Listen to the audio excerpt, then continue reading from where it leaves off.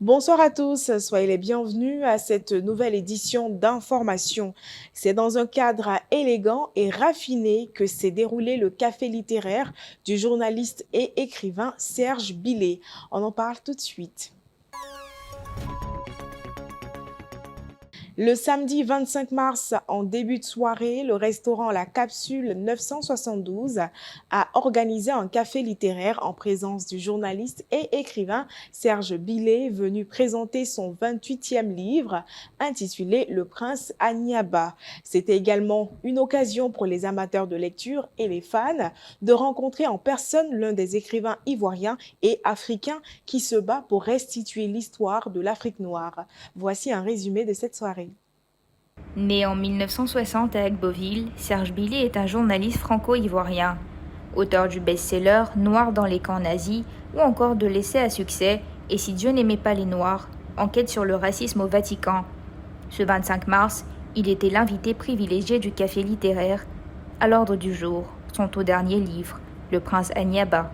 En Côte d'Ivoire, il y a quand même pas mal de gens qui connaissent notre travail depuis le succès de Noirs dans les camps nazis en 2005 et qui a eu un vrai retentissement au-delà des frontières de la Côte d'Ivoire. Donc, ça a commencé d'abord en France et puis aux Antilles et ailleurs. Donc il y a beaucoup de gens qui connaissent déjà ce travail-là. Oui, peut-être que dans la génération actuelle, la nouvelle, on connaît moins peut-être le travail que j'ai pu faire. Mais c'est normal, toutes les générations ont besoin de se renouveler. Et puis au-delà de cela, on n'a pas le sentiment qu'aujourd'hui que les jeunes se passionnent pour l'histoire. Et donc naturellement, c'est peut-être que maintenant, à travers l'exemple de celui dont on parle beaucoup à Niabac, qu'ils découvrent qu'il y a véritablement une histoire qui est passionnante, l'histoire de leur pays, et que cette histoire passionnante, elle est portée aussi, pas seulement que par moi seul, mais par un auteur issu de la Côte d'Ivoire. Donc voilà, c'est peut-être pour ça qu'effectivement certaines personnes ont l'impression de me découvrir.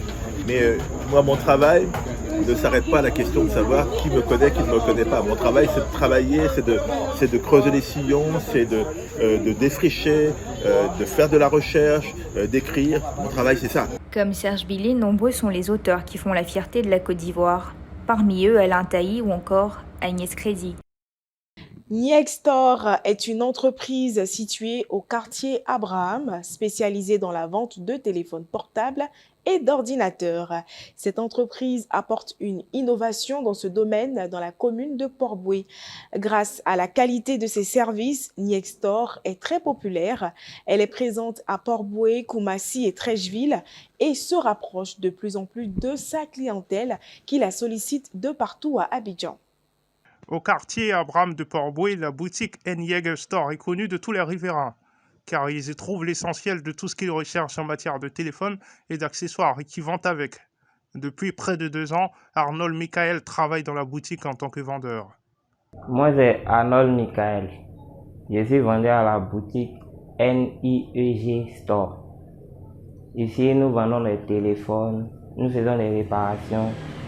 Nous vendons aussi des accessoires de téléphone, que ce soit écouteurs, chargeurs, tout ce qui concerne les téléphones. La boutique N-Jäger Store propose à sa clientèle une expérience client unique. Pour cela, elle peut compter sur Michael pour qui la vente reste une activité gratifiante. Ces dernières années, Internet a vu naître une panoplie de pages et de médias digitaux, parmi lesquels Influenceur 225. Il traite l'actualité sportive, sociétale, politique à l'échelle nationale et internationale, ainsi que le quotidien des people qui n'échappe pas à sa plume. Nous avons déniché pour vous l'un des cerveaux cachés derrière la page Influenceur 225. Bonjour, c'est Touré Lagazane, cofondateur du média Influenceur 225. En ce qui concerne la création d'Influenceur 225, je peux dire que ça a été plusieurs coups du destin. Mon collaborateur, dont je ne vais pas parler, que je ne vais pas nommer, on s'est connus via Twitter. Voilà, Twitter, on s'est connus à travers un groupe d'amis qu'on a en commun. Et par ce groupe d'amis, on a organisé des rencontres en tutos. À l'époque, c'était en 2018, il n'y avait pas assez d'Ivoiriens sur le réseau Twitter et c'était inédit. C'est quelqu'un, il aime vraiment rassembler les jeunes, tous ceux qui sont passionnés digital. Donc, il a initié une rencontre à laquelle un de ses petits, comme on le dit, m'a convié. Et j'y suis donc allé, on s'est présenté, on s'est connus, on s'est échangé. il nous a parlé d'un projet qu'il avait, celui de créer plusieurs médias, c'est-à-dire un groupe de médias en fait. Et il nous a rassemblés, on était plus de 20 jeunes, plus de 20 personnes.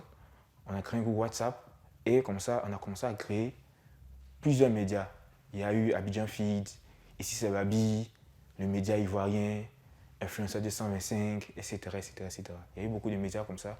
Donc, on s'est divisé en équipes, 2 personnes, 3 personnes, et on a commencé à gérer ces pages-là, à les alimenter en contenu.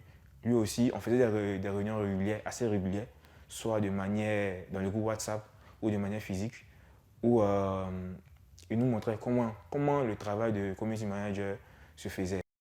Voilà que prend fin cette édition d'information. Vous pourrez retrouver l'intégralité de l'interview précédente sur nos canaux digitaux. Merci d'avoir suivi PP News.